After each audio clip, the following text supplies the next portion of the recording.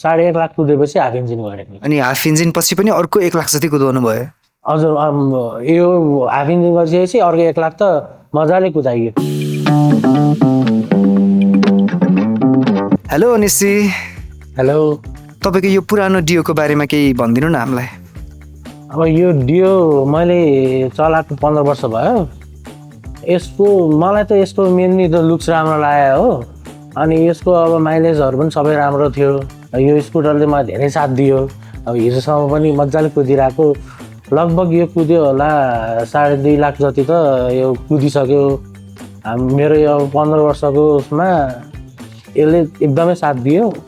यसको कन्डिसन पनि अहिले अझ पनि राम्रै छ, पुरै राम्रै छ कन्डिसन चाहिँ। 15 वर्षमा चाहिँ तपाईँलाई मेजर प्रब्लम चाहिँ के दियो त्यसले? 15 वर्षमा त्यस्तो प्रब्लमहरू के दियो?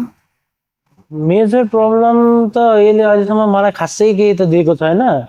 त्यही एकचोटि चाहिँ यसको एउटा प्रब्लम के भएको थियो भने आवाज अलिक ठुलो आएर उकालो तान्न अलिक गाह्रो भएको थियो। त्यो पनि एउटा एकचोटि सर्भिसिङ गराइसकेपछि अनि त्यो सबै ठिक बनाइसकेपछि चाहिँ अहिले पनि मक्खन कुदिरहेछ।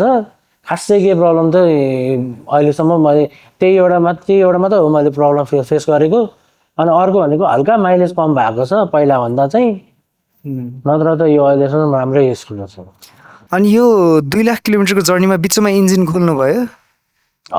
इन्जिन चाहिँ एकचोटि हाफ इन्जिन गरेको छ यसको। लगभग कति किलोमिटर? 1 लाख पुग्दाखेरि इन्जिन हाफ इन्जिन गरेको हो यसको। अनि हाफ इन्जिन पछि पनि अर्को 1 लाख जति कुदाउनु भयो? हजुर यो हाफ इन्जिन गरिसकेपछि अर्को 1 लाख त मजाले कुदाइयो। भनेपछि हाफ इन्जिन पछिको पर्फर्मेन्समा पनि खुसी हुनुहुन्छ?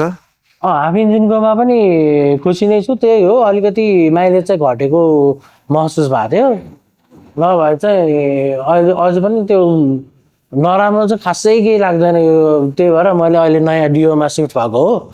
यो डियो राम्रो लागेरै मैले अर्को अब एक्सचेन्ज गरेँ भने पनि डियोमै एक्सचेन्ज गर्छु भनेर डियो एक्सचेन्ज गरेको। थ्याङ्क यू अनिश जी, तपाईँले तपाईँको पुरानो डियोको एक्सपिरियन्सहरू हामीसँग सेयर गरिदिनु भयो, एकदम खुसी लाग्यो। अब तपाईँको नयाँ डियो 110ले पनि अब 15को ठाउँमा अझै 30 वर्ष चलोस् भन्ने हामी शुभकामना दिन्छौँ तपाईँलाई।